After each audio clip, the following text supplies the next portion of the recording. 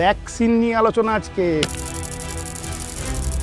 Vaccine বিষয়টা কি এবং এর কাজ কি? ভ্যাকসিন জিনিসটা কিন্তু আমাদের সহজাত যে রোগ প্রতিরোধ ক্ষমতার আছে সেটাকে পুরোপুরি অনুকরণ করে। বড়দের আবার ভ্যাকসিনেশনে কি দরকার? বেকার আপনারা এগুলো করছেন। ভারতবর্ষে 1/3 অফ কোভিড ডেথ একজন করে মারা গেছেন কিন্তু নিউমোনিয়ার জন্য, কোভিডের জন্য নয়। মানে আমি হাসপাতালে গেলাম একটা রোগ নিয়ে, হাসপাতাল থেকে ফিরছি না, ফিরলামই না। বিষে বিষে বিষক্ষয়, এটা কি অ্যাপ্লাই করা যায় ভ্যাকসিনের ক্ষেত্রে? আমরা ঠিক বিষটা দিচ্ছি না, কিন্তু জীবাণুটাকে শরীরে প্রবেশ করছে। এইচপিভি ভ্যাকসিন নিয়ে, অর্থাৎ হিউম্যান প্যাপিলোমা ভাইরাস। ভারতবর্ষে প্রত্যেক 7 মিনিটে একজন মহিলার মৃত্যু হয় সার্ভাইকাল ক্যান্সারের কারণে। কখন থেকে অ্যাডাল্ট ভ্যাকসিন দেওয়া উচিত? 65 বছরের পরে যারা অ্যাডাল্ট আছেন। রাজভবনে গিয়ে রাজ্যপালকে ভ্যাকসিনেট করেছে আমাদের এলবি কেয়ার। তার ফলে আপনি বুঝতে পারছেন যে আমরা যে স্ট্যান্ডার্ডটা মেনটেন করি সেটা আজকে চিকিৎসক মহলে সেটা খুব ওয়েল এস্টাবলিশড এবং ওয়েল অ্যাকসেপ্টেড। কারোর দিকে যে ভ্যাকসিনটা হাতে দেন, কারোর পেছনে দেন, এটা কেন হয়?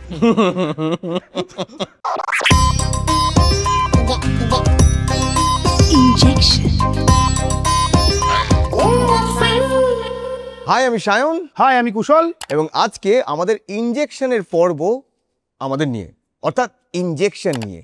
মানে ইনজেকশন দেওয়া, ইনজেকশানই দেওয়া না, কিছু ফোঁটাও আছে। ফোঁটা মানে পোলিও রোটা, ওটা দিতে হয় ফোঁটা। আর আজকে যেটা মেইনলি আলোচনা করব সেটা আপনাদের ফোটাবো, মানে ইনজেকশন দেব।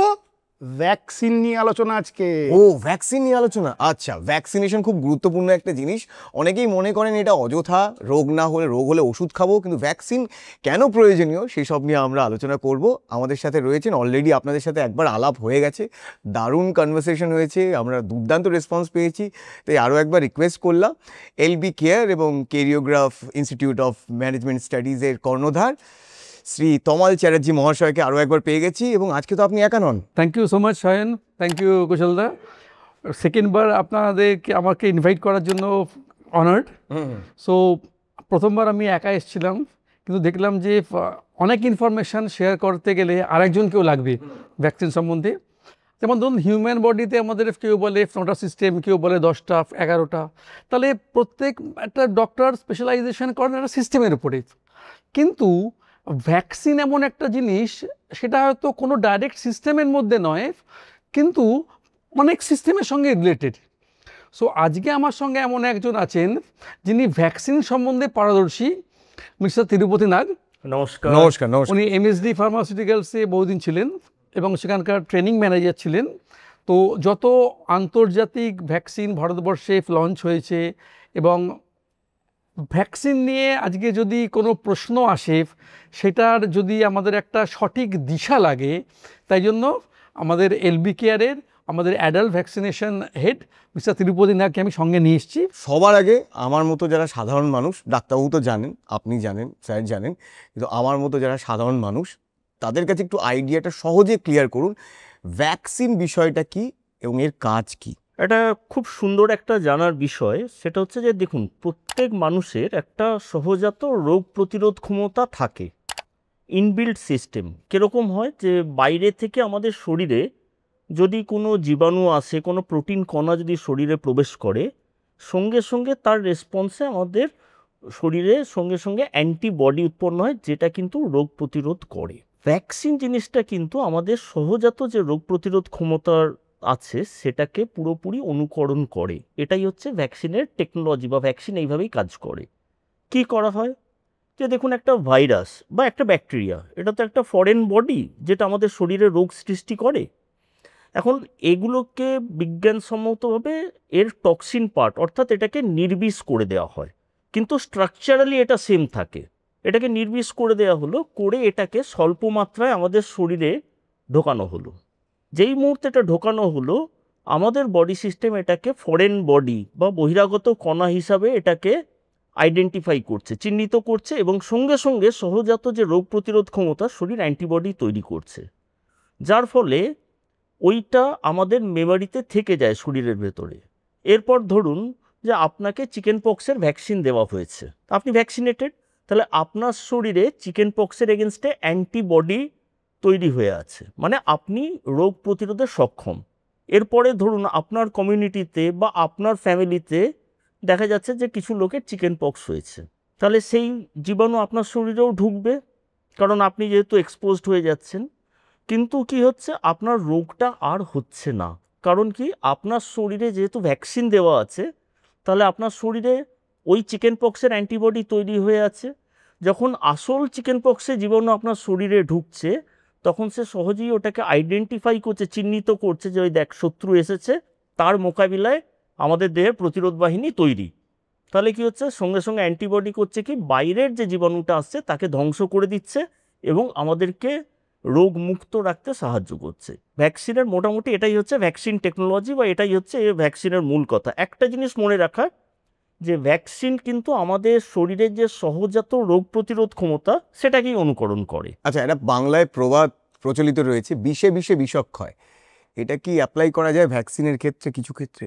বিষে বিষে বিষক্ষয় ব্যাপারটা দূর থেকে রিলেট করা যায় একটাই কারণে, আমরা ঠিক বিষটা দিচ্ছি না, কিন্তু জীবাণুটাকে শরীরে প্রবেশ করছে। আপনি যদি সেইভাবে দেখেন তাহলে আপনি একদম ঠিক মানে জায়গাতেই বলেছেন। আমি একটু গোদা বাংলা একটু বোঝাই। সেটা হলো ধরুন ব্যাকটেরিয়া, ভাইরাস, এদেরকে মেরে লুলো ল্যাংড়া খোঁড়া কানা নকলভাবে তৈরি করে, মানে একদম অথর্ব করে আপনি যদি দেহের ভিতরে প্রবেশ করান, তাহলে দেহের যারা প্রোটেক্টিভ মেকানিজম, ইমিউন সিস্টেম, সেটা কিন্তু সাথে সাথে বুঝবে যে কিছু লোক ঢুকেছে, তা তাদেরকে মারতেই হবে। কিন্তু তারা তো লুলো ল্যাংড়া খোঁড়া কানা নকলভাবে তৈরি করা, তাদের কোনো ক্ষমতাই নেই, তারা দেখতেই ওই রকম। তো তখন তাদের এই যে লোকগুলো, এই যে ইমিউন সিস্টেম তাদেরকে চিনে যায় এবং তাদেরকে বশে আনতে পারে।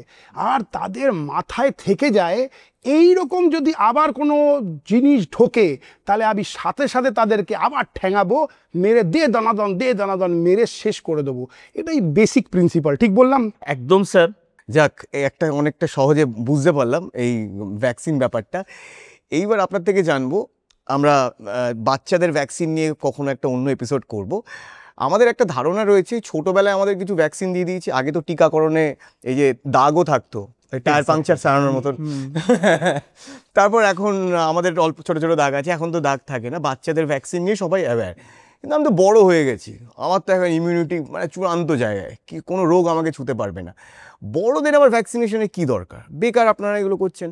আপনি যদি মানুষের জীবনচক্রটা দেখেন, একটা শিশু জন্মালো, তারপরে তার শৈশব কাটিয়ে যৌবন কাটিয়ে আবার বার্ধক্যে চলে এলো।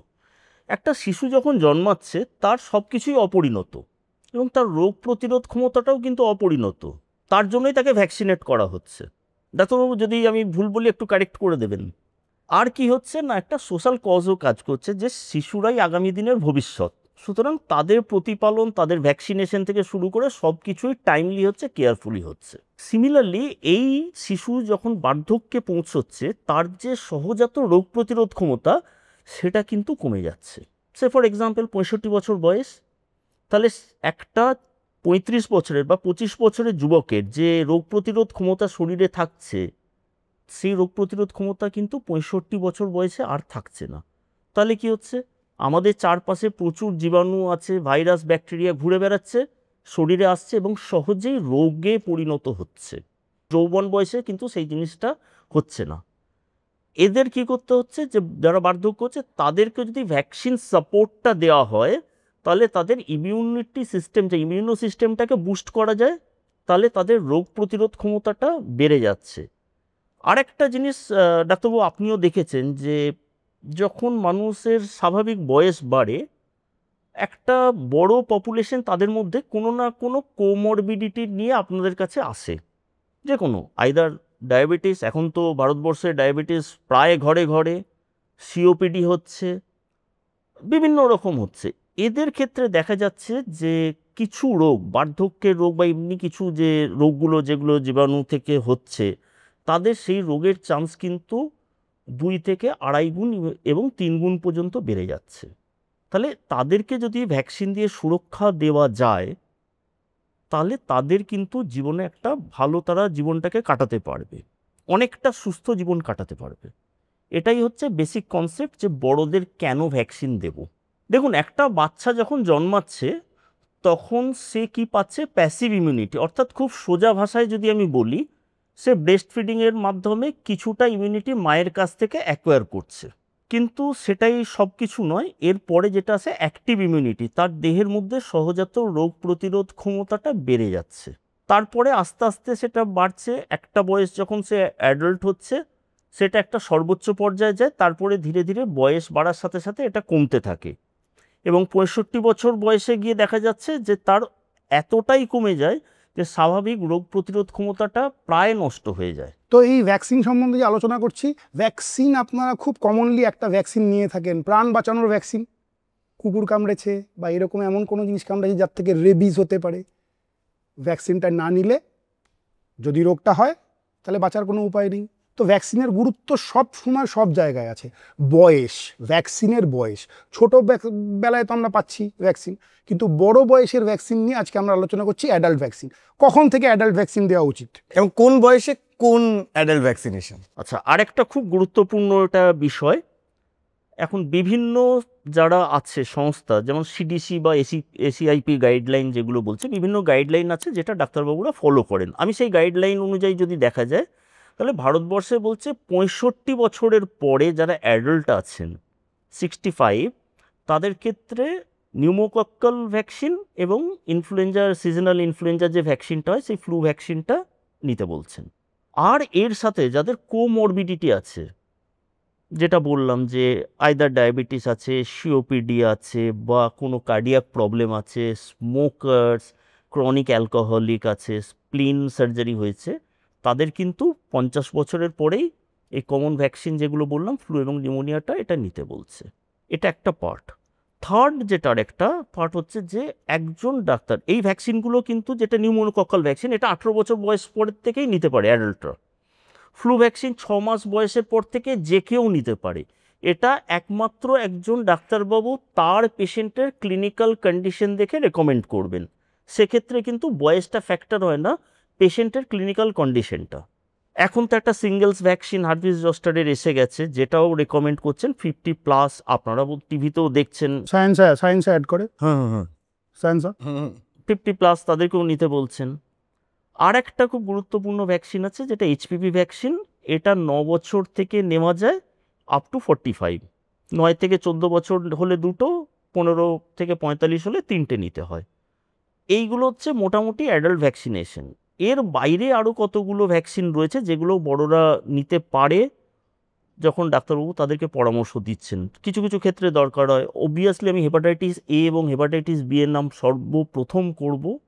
তারপরে মেনিনজোকক্কাল ভ্যাকসিন আছে, টিড্যাপ ভ্যাকসিন আছে যেটা টিটেনাস, ডিপথেরিয়া, পার্টোসিসের vaccine, obviously mumps, measles, rubella vaccine আছে। এই ভ্যাকসিনগুলো কিন্তু তারা নিতে পারে যদি ডাক্তারবাবু পরামর্শ পায়। খুব কমন যদি বলতে হয় তাহলে আমি অবশ্য প্রথম 2টো ভ্যাকসিনের কথা বলবো যেটা আমাদের দেশে নেওয়া উচিত বয়স্কদের। একটা হচ্ছে নিউমোনিয়া আর একটা হচ্ছে ফ্লু ভ্যাকসিন। তো এবার তমালবাবুকে প্রশ্ন, যে এই যে এত তো আপনারা ভ্যাকসিন দিচ্ছেন বা অ্যাডাল্ট ভ্যাকসিন নিয়ে কথা বলছি, যেরকম আমার একটা রোগ হলো, আমি ওষুধ খেলাম, সেরে গেল, বুঝতে পারলাম যে ওষুধটা অথেন্টিক ছিল, চিকিৎসাটা আমার ঠিকঠাক হয়েছে, কিন্তু ভ্যাকসিনটা যে অথেন্টিক সেটা আমি বুঝবো কী করে? দেখুন, এটা একটা খুব ডিফিকাল্ট কোয়েশ্চেন যেটা আপনি করেছেন, কারণ vaccine is a preventive therapy. মানে আজকে আপনি যে নিউমোনিয়া ভ্যাকসিনটা নিচ্ছেন সেটা ভবিষ্যতেই আপনার নিউমোনিয়া হলে তখন সেটা কাজ করবে কি না সেটা তো আপনাকে তখন আপনি তার পরিচয়টা পাবেন। ভ্যাকসিনের সঙ্গে সবচেয়ে যেটা ইম্পর্টেন্ট সেটা হচ্ছে cold chain. Usually vaccine maintain করতে হয় 2 to 8 ডিগ্রি সেন্টিগ্রেডের মধ্যে। ম্যানুফ্যাকচারিং কোম্পানি মানে উৎপাদক সংস্থা 2 to 8 ডিগ্রিতে মেনটেন করে তার যে ডাইরেক্ট ডিস্ট্রিবিউটরকে তার কোল্ড চেন ভ্যানে করে পাঠিয়ে দিল। ওই অবধি ভ্যাকসিনের এফিকেসি একদম অ্যাসিওর্ড। ডাইরেক্ট ডিস্ট্রিবিউটরের কাছে কোল্ড রুম থাকে যেখানে টেম্পারেচারটা শো করে, ডেটা লগার থাকে। 2 to 8 এপাশ ওপাশ টেম্পারেচার হলে ফুটার বাজবে, অটো কারেকশান হবে। নাও সেই ভ্যাকসিনটা যদি আপনার মানবদেহে প্রয়োগ করা হয়, সে ভ্যাকসিনটা 100% কাজ করবে, এ বিষয়ে কোনো ডাউট নেই। প্রশ্নটা কোথায় আসছে? এই ডাইরেক্ট ডিস্ট্রিবিউটর থেকে ধরুন ভ্যাকসিনটা 5 হাতে চলে গেল, একজন কিনলো, সেখান থেকে আরেকজন সাব ডিস্ট্রিবিউটার কিনলো, সেখান থেকে একটা ওষুধের দোকানে থাকলো, ওষুধের দোকানদার শনিবার দিন ফ্রিজ বন্ধ করে চলে গেল, কিংবা বাগরি মার্কেট থেকে আপনি ভ্যাকসিনটা কিনলেন, মানে যে ওষুধের মানে দোকানে যিনি আছেন সব কিছু কেনাকাটা করে 6 ঘন্টা পরে সব ওষুধ নিয়ে যখন এলেন ততক্ষণে দেখা গেল যে ভ্যাকসিনের কোল্ড চেনটা কেটে গেছে। আপনার বোঝার কোনো উপায় নেই, কারণ ভ্যাকসিনটা যখন আপনি কিনছেন তখন তো সে ফ্রিজ থেকে আর করে দিচ্ছে, সেই ফ্রিজটা সবসময় চলেছে কিনা আপনি জানেন না। সো খুব গুরুত্বপূর্ণ প্রশ্ন, আপনি যদি অথেন্টিক ভ্যাকসিন নিতে চান আপনাকে একটুখানি কষ্ট করতে হবে। আপনি ডাইরেক্ট ডিস্ট্রিবিউটারের কাছে পৌঁছে তার কোল্ড রুম থেকে ভ্যাকসিনটা বার করছে নিজের চোখে দেখে নিন, অথবা যে ডাইরেক্ট ডিস্ট্রিবিউটারকে আপনি ভরসা করেন তাকে বলুন সে তার ইনসুলেটেড ক্যালিব্রেটেড ব্যাগ আছে, সেই ব্যাগে করে ভ্যাকসিনটা আপনার কাছে পৌঁছে দেবে। এই দুটো যদি পদ্ধতি আপনি মেনটেন করতে পারেন, আপনি অ্যাসিওর্ড যে আপনি যে ভ্যাকসিনটা নিচ্ছেন সেটা এফিকেশিয়াস, সেটা কাজ করবে। এর বাইরে আপনি যদি কোনো দোকান থেকে ভ্যাকসিন কেনেন সেটার এফিকেসি কী হবে বলাটা একটা বিরাট প্রশ্ন চিহ্ন। সুতরাং বুঝতে পারছি যে এই যে ভ্যাকসিনটা এমনি ওষুধের মতো কেনা, মানে ওষুধের দোকানে গেলেন এক পাতা এই দিন এক পাতা ওই দিন বলে নিয়ে চলে এলেন আর বাড়ির কোণে এরকম ফেলে রেখে দিলেন, গ্যাস অম্বল খাবেন, এরকম নয়। Vaccine is a very very important thing. একে কীরমভাবে আপনি রাখছেন তার এফিকেসি পুরোটাই ডিপেন্ড করছে, আর কত তাড়াতাড়ি আপনি দিয়ে দিতে পারছেন এবং কিভাবে নিয়ে আসছে ভ্যাকসিনটা সেটাও খুব দরকার। সেই জন্যই আমরা ওনাদেরকে নিয়ে এসেছি।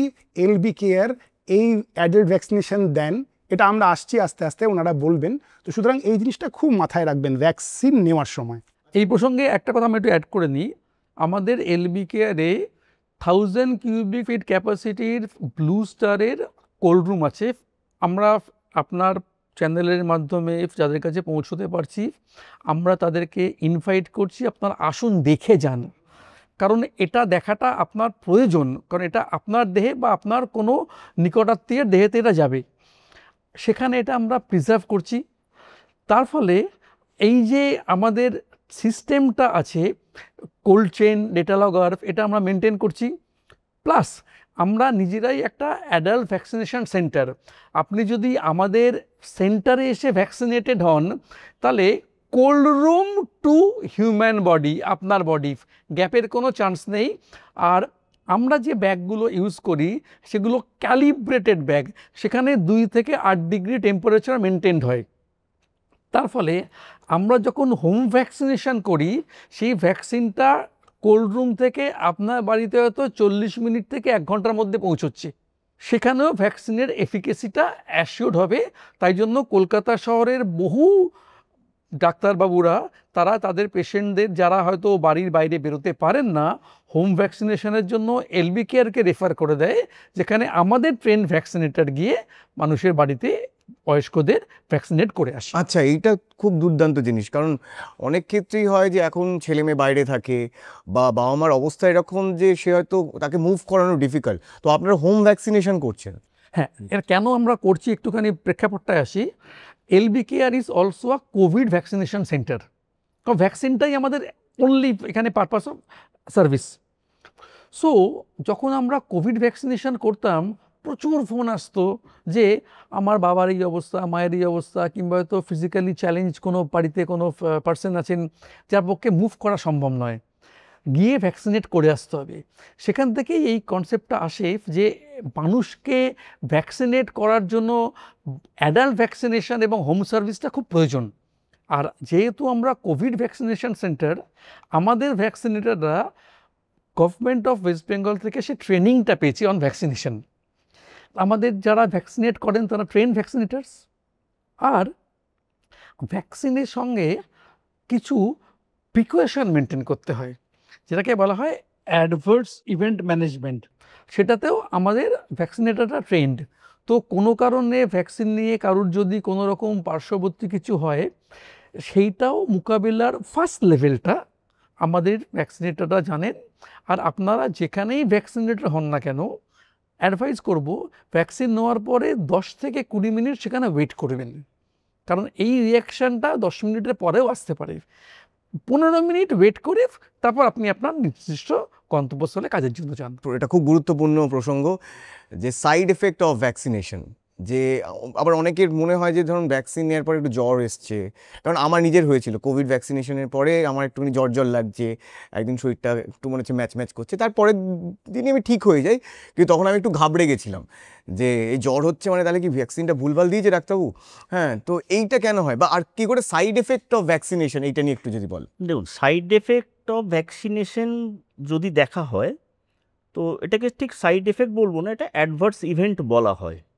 প্রত্যেকটা ভ্যাকসিন যেগুলো, এগুলো এস্টাবলিশ ভ্যাকসিন এবং লং ল্যাবরেটরি রিসার্চ প্রসেসের মধ্যে দিয়ে মিনিমাইজ করে তারপরে এসেছে। কিন্তু এটা তো মানব শরীর, আর ভ্যাকসিন হচ্ছে একটু আগে বলছিলাম যে এটা বহিরাগত পার্টিকেল। তো কার শরীরে এটা কিভাবে রিয়াকশন করবে এটা কেউ জানে না। পাশাপাশি আমি আপনি বসে একই সোর্স থেকে একই ভ্যাকসিন নেব, আপনি সুস্থ হয়ে বাড়ি চলে যাবেন, হয়তো আমার কিছু একটা রিয়াকশন হতে পারে। এটা একদম স্পিসিস স্পেসিফিক, কার হবে কেউ জানে না। তো এটা যখনই ফরেন বডি হিসেবে আমাদের শরীরে ঢুকছে, তাহলে একটা হতে পারে মাইল্ড টু মডারেট একটা অ্যাকশন হয়, যেটার মধ্যে পরে জ্বর, একটু বডি এক বা গায়ে হাত পায়ে ব্যথা হয়, বা সাইট অফ ইনজেকশন যেখানে দেওয়া হয়েছে সেখানে একটু ব্যথা হয়, র্যাশ বেরোতে পারে, অ্যালার্জিক। এইগুলো সমস্ত মাইল্ড টু মডারেট হিসাবে গণ্য করা হয়। ধরুন কেন হয় এটা, বাইরে থেকে ফরেন বডি আসছে, ইমিডিয়েট আমাদের শরীরের অ্যান্টিবডি তার সঙ্গে লড়াই শুরু করছে, ব্লাড রাশ করছে, তার জন্য কি হচ্ছে, একটা বডির মধ্যে তো একটা রিয়াকশন হচ্ছে, সেই রিয়াকশনের জন্য জ্বর আসা, ইনফ্ল্যামেশন হওয়া, সোয়েলিং হওয়া, এগুলো হতে পারে। এগুলো প্রত্যেকটাই, আবার বলছি, এগুলো মাইল্ড টু মডারেট। জ্বর, গায়ে হাত পায়ে ব্যথা হলে একটা প্যারাসিটামল সাফিসিয়েন্ট।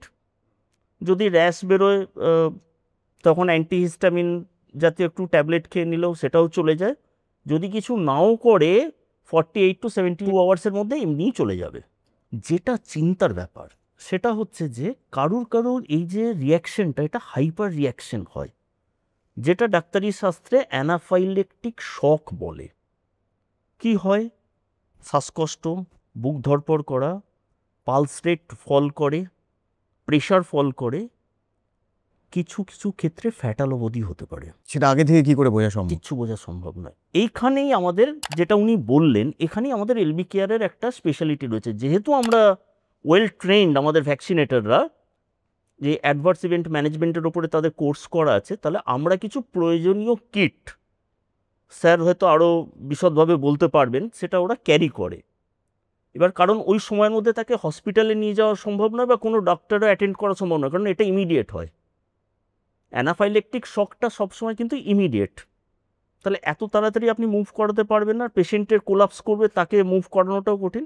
সেক্ষেত্রে কিছু প্রয়োজনীয় ওষুধ আছে, ইঞ্জেকশন আছে, সেটা দিলে পেশেন্টকে স্টেবল করা যায়, স্টেডি করা যায়, তার যে সিরিয়াসনেসটা সেটার থেকে তাকে প্রোটেক্ট করা যায়। ইন বিটুইন টাইম পাওয়া যাচ্ছে, ডাক্তার আসছেন বা তাকে হসপিটালাইজ করা যাচ্ছে। আর একটা জিনিস একটু মনে রাখবেন, যে জ্বর এলো, যে ভ্যাকসিন দিয়ে যে জ্বর এলো না, এটা একদিক দিয়ে কিন্তু ভালো খবর। মানে আপনার যে ইমিউনিটি, যে ইমিউন সিস্টেমটা, সেটা বেশ ভালোই কাজ করেছে। তার জন্য এই একটু জ্বর আসা, একটু গা হাত পায়ে ব্যথাটা ঠিকই আছে। আর একটা জিনিস আমি জিজ্ঞেস করতে চাই, কারোর দিকে যে ভ্যাকসিনটা হাতে দেন, কারোর পেছনে দেন, এটা কেন হয়? কোনটা কি বুঝে দেন? যার উপরে রাগ আছে। না না, আমি এমনি জিজ্ঞেস করছি, কারণ এটা অনেকে বলে যে ডাক্তারবাবু তো আমার হাতে দিতে পারতো, প্যান্ট খুলতে কেন বললো? যে কোনো ওষুধেরই অ্যাডমিনিস্ট্রেশন রুটটা ডিফারেন্ট হয়। যে কোনো ওষুধেরই আপনি দেখুন, কেউ ওরাল খাচ্ছে, কাউকে ইঞ্জেকশন দিতে হচ্ছে, কাউকে মলম হিসাবে ব্যবহার করছে। তো এটা ওষুধের টু ওষুধ নির্ভর করে এটা কী হবে। মূলত ভ্যাকসিনগুলো হয় ইন্টারমাস্কুলার, এবং ডাক্তারবাবু বলে থাকেন হাতে নিতে, বা আরও স্পেসিফিক্যালি ডাক্তারি ভাষায় ইন দ্য ডেল্টয়েড। এই যে হাতের এখানে আপনার ত্রিভুজাকৃতি যে পেশিটা রয়েছে, এই জায়গাটাতে পার্টিকুলারলি এই জয়েন্ট থেকে 4 আঙুল ছেড়ে বলা হয় যে এখানে ইঞ্জেকশনটা নিতে। এই যে আপনি বললেন যে বাটাকে নিতে, ভ্যাকসিন সাধারণত বাটাকে দেওয়া হয় না, রাদার বাচ্চাদের দেখবেন থাই মাসেলে দেওয়া হয়, কারণ ওখানে দিলে তার অ্যাবজর্পশন পুওর হয়। তো এই জন্য দুটো জায়গা বেস্ট হচ্ছে, হাতের ডেল্টয়েড এইখান থেকে 4 আঙুল ছেড়ে এইখানে দিচ্ছে, অথবা থাই মাসেলে দিচ্ছে। আর স্যার তো প্রথমেই বলে দিয়েছেন দুটো ভ্যাকসিন আছে ফোঁটায়, মানে হ্যাঁ, ফোঁটা মানে পোলিও ভ্যাকসিন, পোলিও ভ্যাকসিন আর রোটাভাইরাস ভ্যাকসিন বাচ্চাদেরকে ওরাল। আর কয়েকটা ভ্যাকসিন আছে যেটা চামড়ার নিচে দেওয়া হয়। এই হচ্ছে মূলত ভ্যাকসিনের রুট, এইগুলোই মোটামুটি ফলো করে। এবার হচ্ছে এতগুলো কঠিন কঠিন নাম আমরা ভ্যাকসিনের শুনলাম, এবার একটু ধীরে ধীরে একটু ওইগুলোকে ব্রেকডাউন করে যদি একটু আলোচনা করা হয়। প্রথমে আসি নরকঙ্কাল ভ্যাকসিন, না কি বলে নিউমোকক্কাল ভ্যাকসিন। তো না মানে এত কঠিন নাম, তো একটু যদি সহজে বোঝান যে নিউমোকঙ্কাল না কি, হ্যাঁ নিউমোকঙ্কাল, হ্যাঁ নিউমোকক্কাল ভ্যাকসিন, মজাটাকে সাইডে রাখি, নিউমোকক্কাল ভ্যাকসিন নিয়ে জানবো। দেখুন, নিউমোনিয়া আমাদের দু রকম হয়, একটা হচ্ছে ব্যাকটেরিয়া অরিজিন, একটা ভাইরাল অরিজিন। এবং দেখা গেছে যেটা নিউমোকক্কাল নিউমোনিয়া বলা হয়, যেটা ব্যাকটেরিয়াল অরিজিন, মানে যেটা ব্যাকটেরিয়ার সংক্রমণ থেকে হয়, মোস্টলি চেস্টকে ইনফেক্ট করে, মিডল ইয়ারকে ইনফেক্ট করে, এবং কিছু কিছু ক্ষেত্রে ব্রেনকেও ইনফেক্ট করে। এবং আমাদের ভারতবর্ষে, আমি বাকি পৃথিবীর কথা বলছি না, আমি ভারতবর্ষের ডেটা বলছি, আমাদের দেশের লক্ষাধিক লোক প্রত্যেক বছর এটাতে ইনফেক্টেড হন। হসপিটালাইজেশন এবং মর্টালিটি রেট হচ্ছে নিউমোনিয়াতে খুব হাই আমাদের দেশে, সংখ্যাটা কিন্তু অনেক। শুধু আমাদের দেশে নয়, আপনি যদি ইউএসএকে ধরেন, যে খুব ডেভেলপড একটা কান্ট্রি সব দিক থেকে, সেখানেও কিন্তু নিউমোকক্কাল নিউমোনিয়া প্রত্যেক বছর হচ্ছে একটা বড় চ্যালেঞ্জ।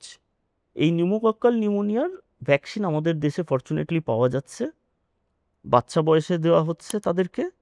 যারা বাচ্চা বয়সে আমার মতো বা ডাক্তারের মতো যারা মিস করেছে, তাদেরকে বড় বয়সে দেওয়া যায়। ওই বললাম 18 বছর বয়সের পর থেকে দেওয়া যায়। 65তে অবশ্যই নেওয়া দরকার যে কোনো বয়স্ক লোকের, আর যদি কোমরবিডিটি থাকে তাহলে 50 বছরে। মূলত একটা কনজুগেট ভ্যাকসিন 13 দেওয়া থাকে, সেই 13টা বলা হয় যে লাইফে একবার, ওয়ান্স ইন লাইফ। আর একটা রয়েছে 23, এটা 23টা ভ্যালেন্ট করে। তো কনজুগেট ভ্যাকসিন নেওয়ার 2 মাস থেকে 1 বছরের মধ্যে 23টা নিতে হবে, পিপিএসবি 23। এটা একটা কমপ্লিমেন্টারি, এটা 13টা স্ট্রেন কভার করছে, ওটা 23টা স্ট্রেন কভার করছে, তাহলে টোটাল প্রোটেকশন। আর 23টা যেটা পিপিএসবি 23 যেটা বললাম, ওটা 5 বছর পরে আরেকবার রিপিট করতে হবে। এটা করলে মোটামুটি নিউমোকক্কাল নিউমোনিয়া থেকে, আপনি যেটা বলছিলেন নিউমোকক্কাল নিউমোনিয়া থেকে সেফ থাকবে, আর মানে নরকঙ্কালে পরিণত হবে না, সুস্থ নর হয়েই থাকবে। তা এইখানটায় না আমি একটা ছোট্ট ফিনিশ একটুখানি অ্যাড করব, যেটা হচ্ছে আমরা তো বলছি ডেথ হয় ডেথ হয়, আমাদের ভারতবর্ষে 1/3 অফ কোভিড ডেথ, মানে প্রত্যেক 3 জন যারা কোভিডে হসপিটালে ভর্তি হয়েছেন, তার মধ্যে 1/3 একজন করে মারা গেছেন কিন্তু নিউমোনিয়ার জন্য, কোভিডের জন্য নয়। কোভিড নিয়ে ভর্তি হয়েছিলেন, কোভিড ওয়াজ ট্রিটেড, কিন্তু হাসপাতালের ওই টেম্পারেচারে থেকে তার নিউমোনিয়া ডেভেলপ করে গেল। অনেক ক্ষেত্রে আপনি আপনার আত্মীয় স্বজনের ক্ষেত্রেও দেখবেন যে হসপিটালাইজেশন হয়েছে একটা কারণে, কিন্তু ডেথটা হচ্ছে নিউমোনিয়াতে। সো যারা হসপিটালে যাচ্ছেন, ওই ঠান্ডার মধ্যে থাকছেন, সেখানে কিন্তু নিউমোনিয়াটা খুব কুইকলি অ্যাটাক করে। সো সেখানে যদি নিউমোকক্কাল ভ্যাকসিন নেওয়া থাকে, তার নিউমোনিয়া হবে না আমি বলছি না, নিউমোনিয়া হলেও সেটা হয়তো প্রতিরোধ করার ক্ষমতা তার আছে, নিউমোনিয়ার জন্য তার ডেথটা হবে না। তার ফলে pneumonia death can be highly minimised through vaccination. একদম, এই নসোক্রোমিয়াল ইনফেকশনটা খুব ইম্পর্টেন্ট, হসপিটাল অ্যাকোয়ার্ড। মানে আমি হাসপাতালে গেলাম একটা রোগ নিয়ে, হাসপাতাল থেকে ফিরছি না, ফিরলামই না, এমন একটা রোগ নিয়ে পাঠিয়ে দিল ওপরে, নরকঙ্কাল বানিয়ে দিল।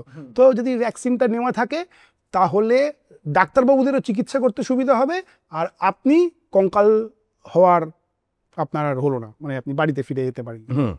আর এইবার আসি আর একটা খুব গুরুত্বপূর্ণ ভ্যাকসিন নিয়ে, সেটা হচ্ছে ইনফ্লুয়েঞ্জা ভ্যাকসিন। সেটার ব্যাপারে যদি একটুখানি বলেন। নিউমোনিয়া যেরকম মূলত ব্যাকটেরিয়াল ইনফেকশন, ইনফ্লুয়েঞ্জাটা হচ্ছে ভাইরাল ইনফেকশন। সিজনে পাবেন, মূলত আমাদের দেশেতে দুটো সিজনে আপনি পাবেন, একটা হচ্ছে বর্ষা আর একটা হচ্ছে উইন্টারে। তো নিউমোনিয়ার ভ্যাকসিনটা যেরকম লাইফে একবার বললাম, এটা কিন্তু প্রত্যেক বছর নিতে হবে। কেন নিতে হবে না, WHO তাদের সার্ভে করে, এবং সার্ভে করে দেখে যে কোন ভাইরাসগুলো অ্যাক্টিভ। অনেকগুলো তো ভাইরাস আছে যেগুলো ফ্লুর জন্য দায়ী, যেমন একটা খুব কমন যেটা বার্ড ফ্লু, এটা তো শুনেছেন, সবসময় জন্য বার্ড ফ্লুটাও এটা কভার করে। তো সেইভাবে ওরা ঠিক করে দেয় যে কোন স্ট্রেনগুলোকে কভার করবে WHO, এবং সেটা কার্যকারী থাকে 1 বছর। আপনি ধরুন প্রাক বর্ষা মানে জুলাই মাসেতে ভ্যাকসিন নিলেন, তাহলে পরের বছর জুন পর্যন্ত আপনি সুরক্ষিত। এইভাবে করতে গেলে আপনাকে কি করতে হবে না, আমরা যেটা বলে থাকি বা আমরা বলি না, ডাক্তারি শাস্ত্রে যেটা বলা আছে যে 11 মাস পরে আর 12 মাসের মধ্যে ফ্লুটাকে রিপিট করতে হবে, এবং এটা কিন্তু করে যেতে হবে প্রত্যেক বছর। কি হবে তাহলে, যে ধরুন একটা 25 বছর, আবার আমি ফিরে যাচ্ছি, 25 বছরের একজন ইয়ং অ্যাডাল্ট, তার ফ্লু হচ্ছে, কিন্তু কি হচ্ছে, কয়েকবার হাঁটছে, একটু রানিং নোজ হচ্ছে, ঠিক হয়ে যাচ্ছে, কারণ আমরা সবাই জানি যে ভাইরাল ইনফেকশন আসে, আবার নিজের থেকে ক্ষতি করে চলে যায়, আবার সে কিন্তু সেটাকে সহ্য করে নিতে পারছে। কিন্তু একজন 65 বছরের যদি হয় ফ্লু, হসপিটালাইজেশন এবং তার থেকেও বেশি কিছু ক্ষতি তার হয়ে যেতে পারে। এদের যদি ভ্যাকসিনেট করা থাকে, তাহলে অ্যাটলিস্ট আপনি তাকে এই যে সিজনাল ফ্লুয়ের অ্যাটাক বছরে 2 থেকে 3 বার পর্যন্ত হতে পারে, তার থেকে কিন্তু তাকে সিকিউর রাখতে পারছেন। এর জন্য ফ্লু ভ্যাকসিন নেওয়াটাও খুব জরুরি বলা হয়। মানে একবার হচ্ছে হলো ইলিশ মাছ যখন খাচ্ছেন তখন একবার নিতে পারেন, আর আবার যিশুর জন্মদিনে যখন কেক কাটছেন ওই দুটো টাইম আছে নিয়ে নিতে পারেন। মানে বর্ষার আগে এবং শীতের আগে, মানে ওই সময়টা ঋতু পরিবর্তনের সময় যেরকম হয় আমাদের। আচ্ছা, এইবার আসি কমপ্লিট একটা আলাদা ক্যাটাগরি। কিছু দেশে দেখেছি ট্রাভেল করার আগে ভ্যাকসিন দেওয়া হয়, সেটাও কি আপনারা করেন এবং কেন দেওয়া হয়, এবং ট্রাভেল ভ্যাকসিনের মধ্যে কি কি পড়ে? আচ্ছা দেখুন, এটা হচ্ছে যে ট্রাভেল ভ্যাকসিন হচ্ছে যে সেই দেশের একটা নিজস্ব প্রোটোকল আছে, সেই প্রোটোকলটাকে ফলো করার জন্য ট্রাভেলার্স ভ্যাকসিনগুলো হয়। যেমন আপনি যখন ভিসা করাতে যাবেন, আপনাকে প্রথমেই ভিসাতে লেখা থাকবে যে এই ভ্যাকসিনেট করে থাকো। খুব স্পেসিফিক আমি 2-3টে এক্সাম্পল, যেমন আপনি যদি আফ্রিকান কান্ট্রিতে যান, সাব সাহারান কান্ট্রি যেগুলো বলা হয়, ওয়েস্ট আফ্রিকা, ওয়েস্ট আফ্রিকা, সেখানে গেলে আপনাকে ইয়েলো ফিভার ভ্যাকসিনটা নিতেই হবে, না তাছাড়া আপনার এন্ট্রি নেই। যারা হজ করতে যাচ্ছেন সৌদিতে, তাদেরকে মেনিনজোকক্কাল ভ্যাকসিন, ফ্লু ভ্যাকসিন নিতেই হবে, নাহলে এন্ট্রি নেই। ইউএস যেমন, ইউএস প্রোটোকলেতে ওদের একটা লন্ড্রি লিস্ট আছে, ফ্লু নিতে হবে, টাইফয়েড ভ্যাকসিন নিতে হবে, এমএমআর নিতে হবে, মেনিনজোকক্কাল ভ্যাকসিন নিতে হবে, টিটেনাস, ডিপথেরিয়া, পার্টুসিস ভ্যাকসিন নিতে হবে। কমপ্লিট ভ্যাকসিনেট হয়ে তবে আপনি ইউএস ভিসা পাবেন ওখানে যাওয়ার জন্য। তো এটা কান্ট্রি টু কান্ট্রি ভ্যারি করে। আবার যখন একজন আফ্রিকা থেকে ধরুন ইন্ডিয়াতে আসছে, তাকে কিন্তু ওখানে ইয়েলো ফিভারের ভ্যাকসিন নিয়ে তারপরে সে ইন্ডিয়ার এন্ট্রি পাবে, কারণ যেহেতু ওখানে ইয়েলো ফিভার হয়, তাহলে সেই রোগটা যাতে সে ইন্ডিয়াতে সে ছড়াতে না পারে, সে যাতে প্রপারলি ভ্যাকসিনেটেড হয়ে আসে, সেটাও দেখা হয়। সো এটাই মোটামুটি ট্রাভেলার্স। এছাড়া আরও একটা জিনিস বলবো, ধরুন আমি যদি আরও ছোট সার্কেলে ধরি, ধরুন আপনি কোথাও যাচ্ছেন, কোনো হাই অল্টিটিউডে পাহাড়ে বেড়াতে যাচ্ছেন, খুব ঠান্ডা, সাব-জিরো টেম্পারেচার এক্সপেক্ট করছেন, তো একটু যদি বয়স হয়ে থাকে বা যদি কোনো কোমরবিডিটি থাকে, বেটার হচ্ছে ভ্যাকসিনেটেড করে যাওয়া। বা আপনি যদি কোনো ফরেস্ট এরিয়াতে যাচ্ছেন, যেখানে আপনাকে হয়তো ড্রিঙ্কিং ওয়াটার এইগুলো চ্যালেঞ্জ আছে, সেখানে একটু হেপাটাইটিস এ বি ভ্যাকসিনটা নিয়ে যাওয়াটা খুব প্রেফারেবল আর কি। এগুলো ট্রাভেলার্স ভ্যাকসিনেশনের মধ্যে পড়ে। বা জঙ্গলে ওই ধরনের সাপে কামড়ালে কিছু হবে না, বাঘে কামড়ালে বাঘ অজ্ঞান হয়ে যাবে, এরকম কোনো ভ্যাকসিন দেন আপনারা? ধরুন জঙ্গলে বেড়াতে যাচ্ছি, মানে বাঘে কামড়েছে, বাঘে কামড়ে বাঘ অজ্ঞান হয়ে হ্যাঁ, গেছে, ভালো। বা রাসেল ভাইপার কামড়ালো, ও এটা কি আছে ভাই রক্তে, এরকম কোনো ভ্যাকসিন দেন আপনারা? জোকস অ্যাপার্ট, একটা আছে যারা ধরুন ওয়াইল্ড লাইফে যাচ্ছে, রাইট, বা অ্যানিমেল কিপার যারা আছে, যারা অ্যানিমেল ব্রিডিং এর সাথে বা যুক্ত, স্ট্রাফ টাইফাসের মতো রোগ এখনো পর্যন্ত আসেনি, হ্যাঁ হ্যাঁ, ভ্যাকসিন আসেনি, কিন্তু আছে, তাদের রেবিস হওয়ার চান্সটা খুব একদম বেশি আমি থাকে। আসছিলাম। তারা যদি প্রোফাইল্যাক্টিকলি রেবিস ভ্যাকসিন, তাদের কিন্তু নেওয়া একদম ম্যান্ডেটরি। যে অ্যানিমেল ব্রিডার, যে অ্যানিমেল কিপার, হ্যাঁ, তাকে তো রেগুলার কুকুর বিড়াল কামড়াচ্ছে, তাকে তো সবসময় এক্সপোজার পাচ্ছে, হ্যাঁ হ্যাঁ, তার প্রোফাইল্যাক্সিস হিসাবে, মানে আমরা সচরাচর দেখি যে কুকুর কামড়ালে তারপরে ভ্যাকসিনেশন, কিন্তু যারা এই কাজগুলো করছে তাদের কুকুর কামড়াবার আগেই ভ্যাকসিনেট করে প্রোফাইল্যাক্সিস হিসাবে রেবিস ভ্যাকসিনটা নিয়ে নেওয়া দরকার। তোমার বাবুর কাছে আসছি, এখন একটা দেখবেন, এখন তো মানে ডগ লাভার্স প্রচুর, এবং আপনি অ্যাপার্টমেন্টে যখন নামবেন, লিফটেও ডগ নামবে, আপনার কিছু বলার নেই, সবাই এখন ডগ লাভার্স। নাও ধরুন একজন কুকুর একটা বাচ্চাকে বা বড় কাউকে কামড়ালো, ডগ ওনার কি বলবেন? কোনো চিন্তার কোনো কারণ নেই, আমার ডগের ভ্যাকসিনেট করা আছে। কনসেপ্টটা, কথাটা সম্পূর্ণ ভুল। কুকুরের যে ভ্যাকসিনটা নেওয়া আছে সেটা সেই ডগকে ফার্দার রেবিস থেকে প্রিভেন্ট করছে। ডগ কিন্তু রেবিসের ক্যারিয়ার। সেই ডগ যখন আপনাকে বাইট করলো, আপনার মধ্যে রেবিস 100 ভাগ আসতে পারে, so if the dog is vaccinated, the dog is protected. যাকে কামড়াচ্ছে হি ইজ নট প্রোটেক্টেড। তার ফলে এনি ডগ বাইট, সেটা আপনার পেট ডগ হোক, রাস্তার ডগ হোক, বা সেটা ভ্যাকসিনেটেড ডগ হোক, যদি কামড়ায় আপনাকে ভ্যাকসিনেশনের মধ্যে যেতেই হবে, because rabies is equal to death. আচ্ছা, এই আপনি খুব ইম্পর্টেন্ট একটা পয়েন্ট তুললেন, যেরকম যারা কুকুর বেড়াল নিয়ে কাজ করছে বা রেগুলার তাদের রেস্কিউ করছে, তাদের তো স্বাভাবিক অকুপেশনাল হ্যাজার্ড, তাদেরকে কুকুর বেড়ালে কামড় বা আঁচড় খেতে হয়। এরকম আর কি কি অকুপেশনাল ভ্যাকসিন রয়েছে যেগুলো মানুষকে নিতে হয়? ডাক্তারবাবু সামনে বসে আছেন, ওনাকে বলবো সবার প্রথমে হচ্ছে যে যারা পার্টিকুলারলি সার্জারির সঙ্গে যুক্ত বা যে কোনো একটা, আমাদের হেপাটাইটিস সবাই বি ভ্যাকসিন must। হচ্ছে ম্যান্ডেটরি। আমি একটা এক্সাম্পল দিচ্ছি। জাস্ট কয়েকদিন আগে আরজি করের একজন জুনিয়র ডাক্তার এসেছিলেন, যে ওনার অপারেশন করতে গিয়ে জাস্ট একটা প্রিক হয়ে গেছে। আনফর্চুনেটলি পেশেন্টটার হেপাটাইটিস বি পজিটিভ, প্রিকশন নেওয়া ছিল না। তো যাই হোক, উনি ইমিউনোগ্লোবিউলিন পাওয়া যায়, ইমিউনোগ্লোবিউলিন এবং ভ্যাকসিনেশন দুটোই করে উনি ইয়ে করলেন। এখন তো কার আছে, কেউ তো টেস্ট করিয়ে আসে না যে না আমি হেপাটাইটিস, যখন প্ল্যান্ড অপারেশন হচ্ছে তখন সে টেস্ট করিয়ে আসছে। আপনি একটা অ্যাক্সিডেন্ট এসছে, তাকে তো আমি জানি না যে সে এমনি সেরোলজি পুরো করেই করা হয় এখন প্ল্যান সার্জারিতে, কিন্তু যদি কোনো অ্যাক্সিডেন্ট পেশেন্ট আছে জানেনই না, আপনি জানেন এই একটা জায়গা তৈরি হচ্ছে। র্যাবিস ভ্যাকসিন একটা অকুপেশনাল ভ্যাকসিন। ডাক্তারবাবু প্রচুর মানুষের কামড় খায়, মুখে হাত ঢোকায়, তো তো এইটার জন্য কিছু আছে মানুষের কামড়ের যাতে কিছু না হয় এইরকম ডাক্তারবাবুদের জন্য আছে। মানুষটা র্যাবিড না হলেই হলো। আচ্ছা, বাচ্চাদের ক্ষেত্রে দেখেছি ভ্যাকসিন দিতে নিয়ে যাওয়াটা একটা বড় চাপ, বাচ্চারা ছটপট করে, পালিয়ে যাচ্ছে, ধরে ভ্যাকসিন দেয়। বয়স্কদের ক্ষেত্রে এরকম হয়, যেমন দাদু পালিয়ে যাচ্ছে, তার ঠ্যাং ধরে ধরেছে, দিদিমা ধরে যাচ্ছে। বা দিদিমাকে ধরে রেখেছেন, এরকম মানে হ্যাজার্ড কি আপনাদের হয়? কিছুটা তো থাকেই।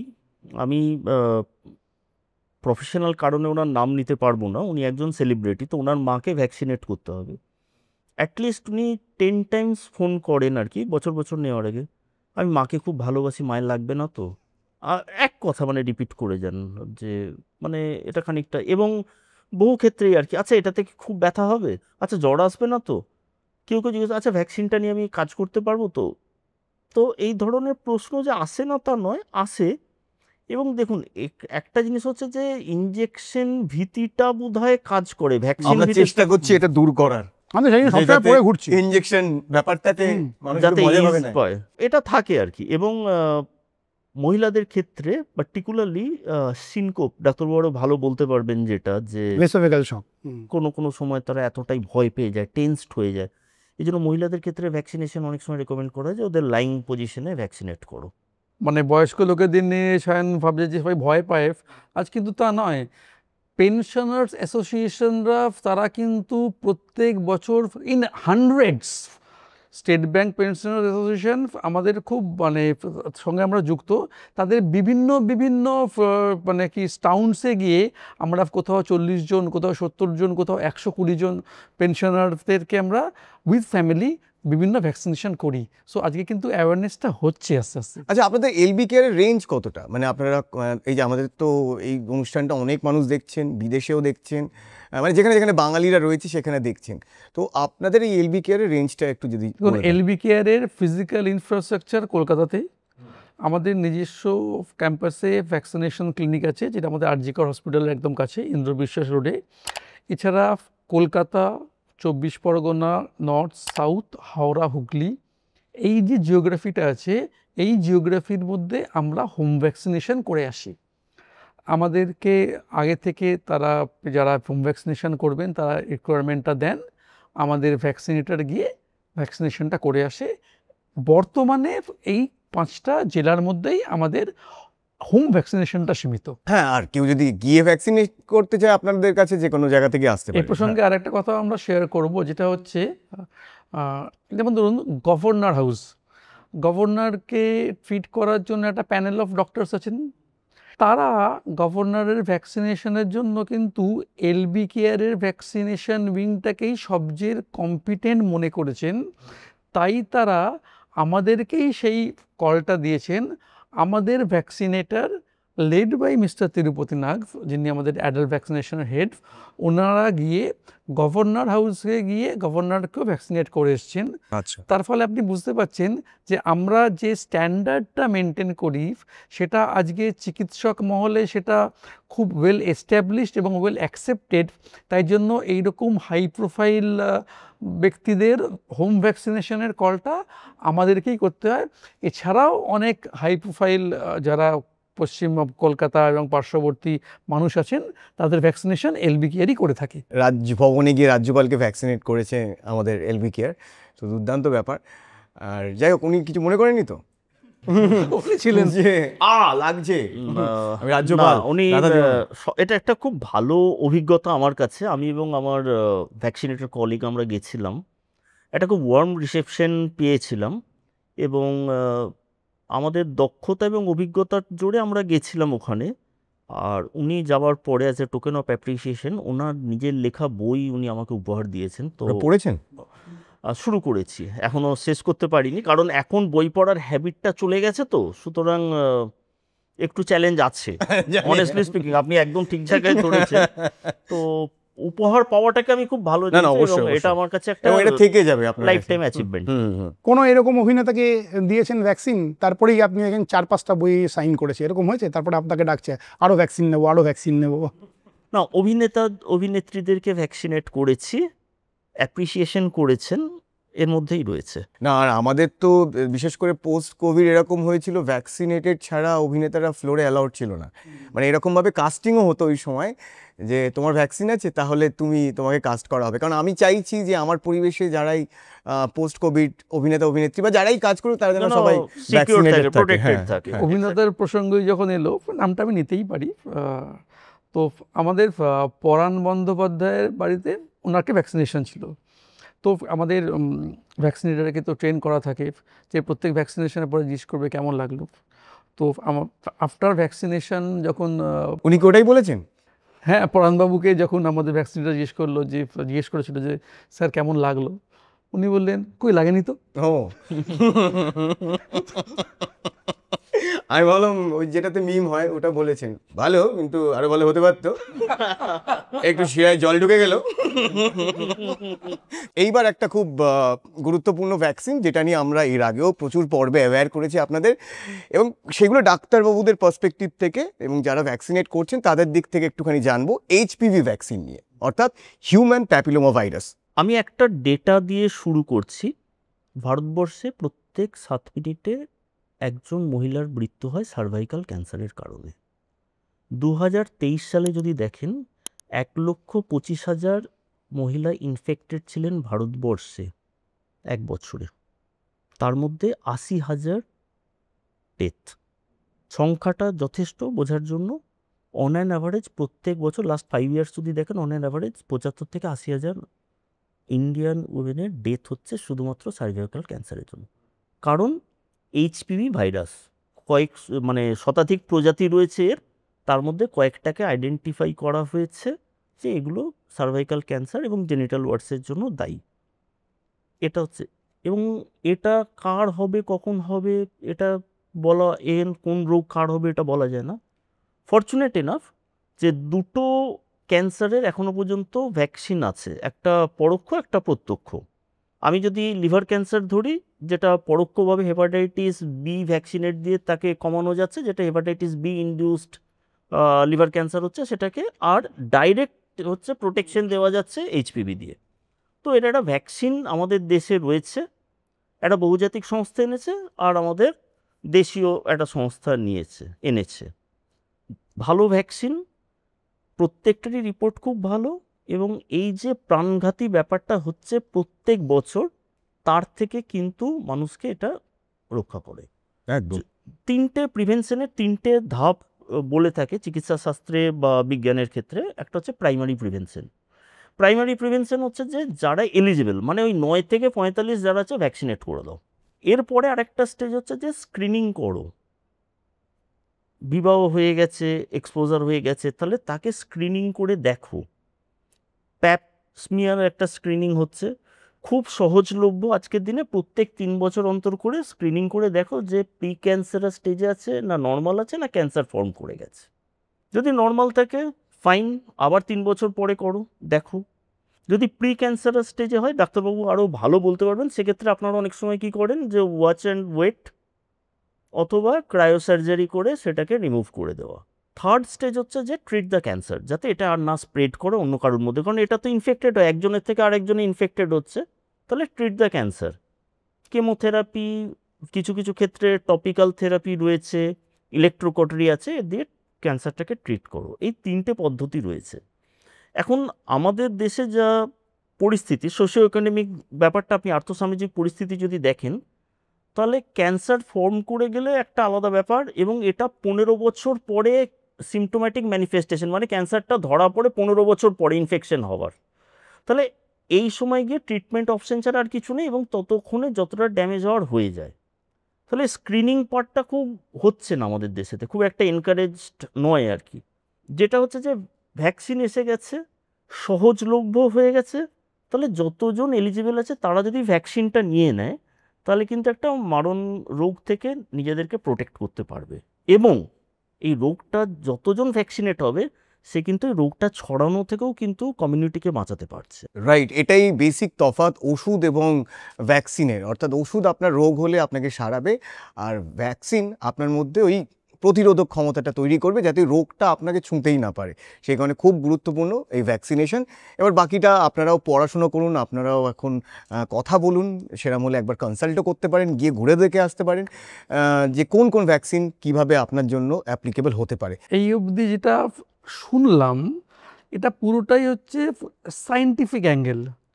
আমি একটা অ্যাঙ্গেল একটু আলোচনাটাকে আনতে চাইছি, যেটা হচ্ছে সোশ্যাল অ্যাঙ্গেল। রাইট, আপনি যদি কন্টেন্ট দেখেন এইচপিভি কি, কেন, প্রচুর কন্টেন্ট আছে, কিন্তু একটা জিনিস আমাদের বুঝতে হবে, এইচপিভিটা তো ইন্টিমেসির মাধ্যমেই হয়। এক কথায় ফিজিক্যাল ইন্টিমেসি, সেটা বিয়ের পরে আমাদের যৌন সম্পর্কে হতে পারে, কিংবা ওরাল সেক্সে হতে পারে, ওরাল রিলেশনশিপ। আজকে যে যুগে আমরা আছি, সেখানে ওরাল একটা relationship is nothing but an expression of emotion. আমরা আজকে লিভ টুগেদারের যুগে আছি। তাহলে এই যে মাল্টিপল পার্টনার থেকে যে স্প্রেডটা হয়, এটা কিন্তু আজকের সমাজের মাল্টিপল পার্টনার্সটা কোনো যে নতুন কোনো বিষয় নয়, এটা যে একটা সমাজ ব্যবস্থার মধ্যে একটা পার্ট, এটা মনে হয় আমাদের অ্যাকসেপ্ট করার সময় এসছে। এটা যদি আমরা অ্যাকসেপ্ট করি, তাহলে আমাদের কন্যা সন্তানদের এইচপিভি ভ্যাকসিনেশনটা করিয়ে দেওয়াটা মনে হয় প্রয়োজন। তাহলে তাকে আমি ভবিষ্যতের এই মরণাত্মক আক্রমণ থেকে রক্ষা করতে পারবো। আর গোল্ডেন এজ আমি বলবো 9 to 14 ইয়ার্স প্রি এক্সপোজার। একদম, অনেক ধন্যবাদ। এবং এইচপিভি ভ্যাকসিন নিয়ে, সার্ভাইকাল ক্যান্সার নিয়ে আমাদের অনেক ডিটেলড এপিসোড আছে, ওগুলো পড়লে আপনারা আরও গুরুত্ব বুঝতে পারবেন এইচপিভি ভ্যাকসিনটা কেন খুব গুরুত্বপূর্ণ আমাদের এই আধুনিক সময় দাঁড়িয়ে। তো আশা করি আপনাদের আমাদের সাথে আড্ডা মেরে ভালো লেগেছে। আমি তো তমলবাবু জানি, কারণ তমলবাবুকে আবার রিকোয়েস্ট করলাম যে চলে আসুন, আজ একটু ভ্যাকসিন নিয়ে কথা বলি, কারণ এই অফবিট টপিক নিয়ে আমাদের কথা বলা হয় না। আপনাকেও পেয়ে খুব আনন্দ পেয়েছি। আপনার কেমন লাগলো বলুন? প্রথমবার ভালো লেগেছে। কিছু জিনিস আপনাদের মাধ্যমে আমি শেয়ার করতে পারলাম আরও বড় জনগণের কাছে, এটা একটা বড় পাওনা। আর খুব সহজ সরল ভাষায় ডাক্তারবাবু এবং আপনি যে একটা কঠিন জিনিসকে এত সহজ সরল আলোচনার মাধ্যমে নিয়ে এলেন, এটা বাড়তি পাওনা। এবং চেষ্টা করছি আমরা এই ইনজেকশনের ভীতিটা দূর করার মানুষের মধ্যে থেকে, কারণ যেটা খুব গুরুত্বপূর্ণ। না হলে জানেনি ওই সূঁচ ফুটবে শুনলে কেউ ভ্যাকসিনও নেবে না, কারণ না নিলে জানে যে আর কত বড় বড় রোগ তাদেরকে অ্যাটাক। এটা বললে আমার একটা গল্প মনে পড়ে। হ্যাঁ, বল। গল্প মনে হয় যে আমি ভ্যাকসিনেরই গল্প। তো এটা রক্সোল বলে একটা জায়গা আছে, তার কাছে একটা গ্রাম ইন্ডিয়াতে। তো হঠাৎ দেখছে যে এই যে হেপাটাইটিস বি ভ্যাকসিন তখন সবে এসেছে, খুব নাম করা একটা কোম্পানি, সবাই জানে, বিশাল নাম করা কোম্পানি, তারা এসেছে। তো এই হেপাটাইটিস বি হঠাৎ করে দেখছে কোম্পানির লোক যে একটা গ্রামে প্রচুর হেপাটাইটিস বি ভ্যাকসিন অর্ডার হচ্ছে এবং যাচ্ছে প্রচুর, মানে হওয়ার কথাই নয়। তো তারা তো একটু অবাক হয়েছে, এবং তাদের যারা সিনিয়র ম্যানেজার তারা ওই জায়গাটাকে ভিজিট করতে গেছে। গিয়ে দেখছে যে ভ্যাকসিনটাকে টানছে চামচে নিচ্ছে আর ঘটাঘট খাওয়াচ্ছে। প্রতি সপ্তাহে ডাকছে, চামচ দিয়ে খাওয়াচ্ছে, আর প্রচুর ভ্যাকসিন লাগছে। আর বলে দিয়েছে এই যদি না খাও তাহলে কিন্তু ব্যাস অবধারিত কঙ্কাল।